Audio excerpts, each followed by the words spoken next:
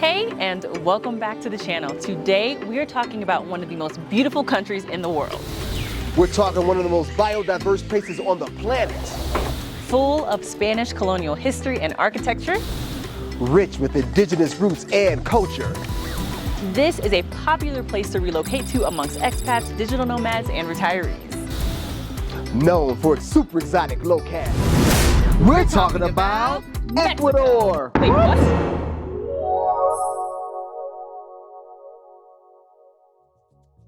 What's up, ladies and gentlemen? Welcome back to the channel. My name is April. My name is Rondell. And today we are talking about two amazing countries. Look, guys, we're talking about two countries that we had some extensive travel in. We've been all over Mexico, and we're just now exploring Ecuador. Yes, and since we've been in Ecuador, we've gotten a lot of questions and comments about how we feel about Ecuador versus Mexico, and do we prefer this city in this country over a city in Ecuador, and we're here to clear some of this up today. We about to drop a bomb, you guys. Let me tell you something. It's all about both countries, man. Both countries are freaking awesome. They're wonderful places to be, and they are vastly different. They are. So we're gonna get all into that, and if either of these countries is on your list of places to spend some time in, stay tuned.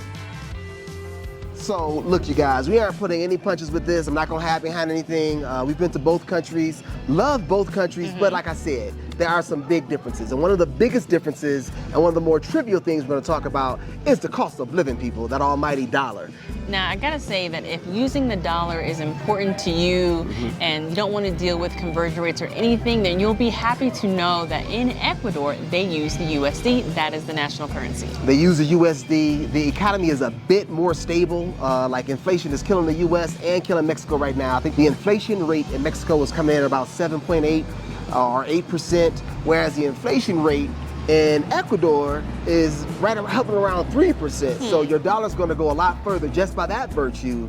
And not to mention, like, the housing market in Ecuador is coming in about 48% cheaper than Mexico. But in Mexico, you'll be able to find clothing and electronics much cheaper than you would be able to find those items in Ecuador. Right, so if you want to get more bang for your buck in regards to home, buying real estate and your apartments, so be it. Ecuador is your choice. But I gotta say, Mexico has some areas where you can find some really inexpensive housing and not sacrifice that cost of living. Places like Morelia. That's similar for both countries. You're gonna find both countries that have cities that are uber expensive for the country, but you're also gonna find cities that are super inexpensive in either country as well. But just because of the sheer size of Mexico, Mexico is about 5 times the size of Ecuador, you're gonna be able to find a lot of different locales, topography, and different things. Now, Ecuador is the size of Colorado, basically. Right. So you don't have many options, but both countries have similar climates. Let's compare them. Let's do a little versus. So Ecuador is sitting at what? How many million? 13 million? Ecuador has about 18 million people. All right, well, Mexico has about 130 million. Right, so if size is important to you, and maybe less is more, right? And Ecuador might be that place. But if you want girth, you want magnitude, you want length, you want a lot of different things, a lot of different varieties of lifestyles, things like that. You want to travel almost like indefinitely and have something different every time. Mexico, baby, all the way. I will say that is quite interesting because you can explore Mexico for a far longer time than you would be able to explore Ecuador, and that's just because of the sheer size of that country. Look, a lot of YouTubers just kind of circle Ecuador over and over. One thing that makes up for its size is its access. Ecuador is a part of the Andean community, okay? And there's something called the Andean Immigration Statute, which means that once you get access and residency to Ecuador, you get access to neighboring countries that are also part of this community, like Bolivia, Colombia, and Peru. But Mexico, there's so many different things to see and experience. You never run out. You never run out. So, again, if you were looking for that varied lifestyle, Mexico is your choice. But if you're looking for a stable economy, you're looking for a tranquil, kind of balanced little lifestyle that's super duper affordable, gotta say, Ecuador looks good. Quality of life is high, and the cost of living is low.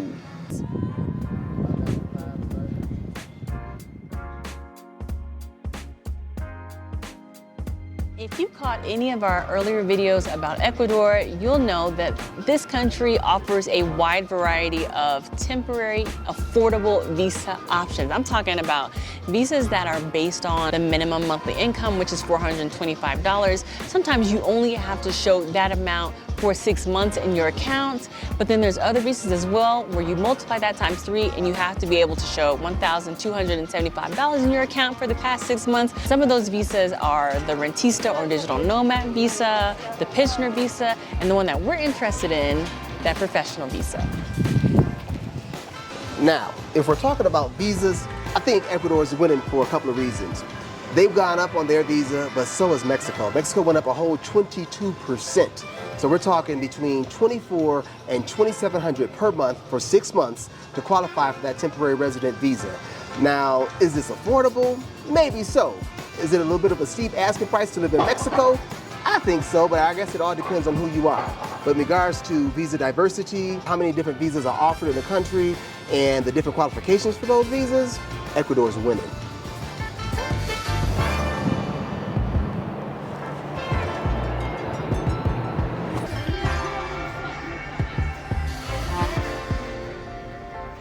So something fun that we need to talk about, y'all, is the grub situation.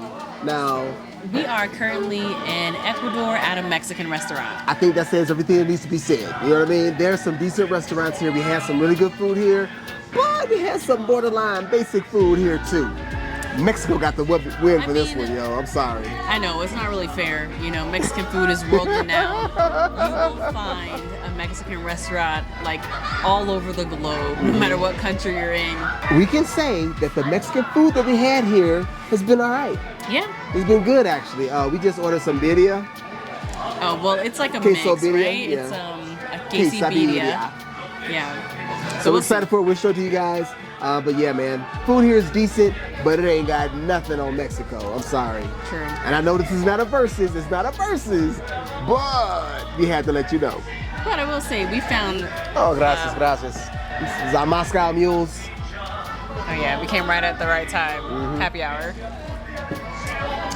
Whew, yeah, that's real. Color me and impress Ringo. This is strong and delicious. So Mexico for the win, but the food here is good. There's some really good restaurants. We're in a town called Cuenca right now, and there's some good restaurants here. Let's talk about the destination. So who would be interested in living here, right? This is not next to the United States. You will not be jetting back and forth to the United States on a regular basis, right? It's a little bit of an inconvenience, as a matter of fact. But what you do have access to is South America, baby. Yeah. It's out there. You are right here, and you are an inexpensive plane ticket away from many different South American cool locations. And just by nature of where it's located, Central America as well. So for me, that's a big plus. And if you're a senior, boy, Look, them discounts. 50% off your ticket, boy. Can't beat it. I know. You know, I didn't really think too much about senior benefits before because I'm not approaching that quite yet. But it has me thinking. Half off a ticket? Look, something to look forward to in a few decades. We told you guys, this is a small country. Ecuador's a small country, about the size of Colorado. But since you get the residency here, and you get automatic residency in 3 other countries that are local, it's like it's one huge country. But that 50% off your airplane ticket, that's enough to give me pause. Like if I was retirement age, that's enough to give me pause. So just wanted to drop these back out here. Y'all have a good one. One thing that's really important amongst expats, retirees, digital nomads, when they're looking for a place to relocate to is the healthcare. Look, that's one of the major price concerns for a lot of individuals that are actually leaving the States, right? That's a big consideration, and it's honestly a part of that cost of living. But Mexico and Ecuador are doing one hell of a job at creating affordable healthcare options. Now, you might already know Mexico is really big in the medical tourism industry. People easily just hop over the border to pay less for their healthcare needs. They call it medical tourism, man. People getting their dental taken care of, people having major surgeries done. Same thing happens in Ecuador, except, Mexico, because of its proximity, people are going over there a lot more. But let's talk about the money, the almighty dollar, you guys. These countries are pretty much mismo in regards to their quality of care and how much those private healthcare solutions cost.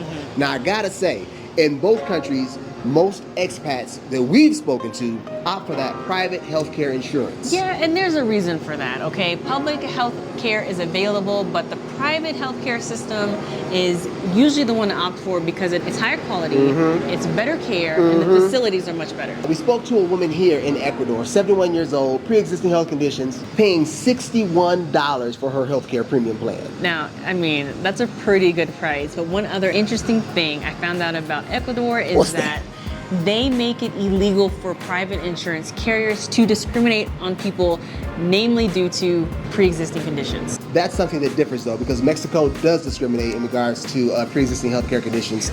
So you may pay a little bit more for that private healthcare insurance in Mexico. There's something interesting about Mexico as well because of its proximity to the States. Some people who move to Mexico opt to keep their insurance from the States because, again, just how you can easily come over here to Mexico for medical tourism, you can hop back over and still be able to use the insurance you have in the States. Right, we interviewed several senior citizens, several retirees who do just that. So again, quality of healthcare is about the same in the major cities in Ecuador and in the major cities in Mexico.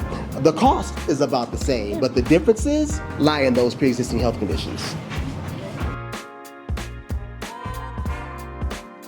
Hey, we just want to say thank you guys for joining us for this broadcast. If you are already living in either of these countries, let us know in the comments below which country you're living in and why you settled on that place. Inquiring minds want to know, what is your determining factor, Ecuador or Mexico?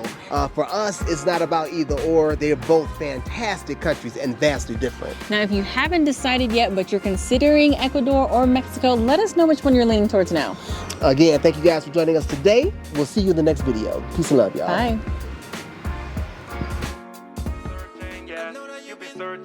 Searching in the wrong place. Girl, you've been searching, searching in the searching, yeah. You've been searching in the wrong place, yeah. I know that you've been here before. It's different this time. You have me on your side.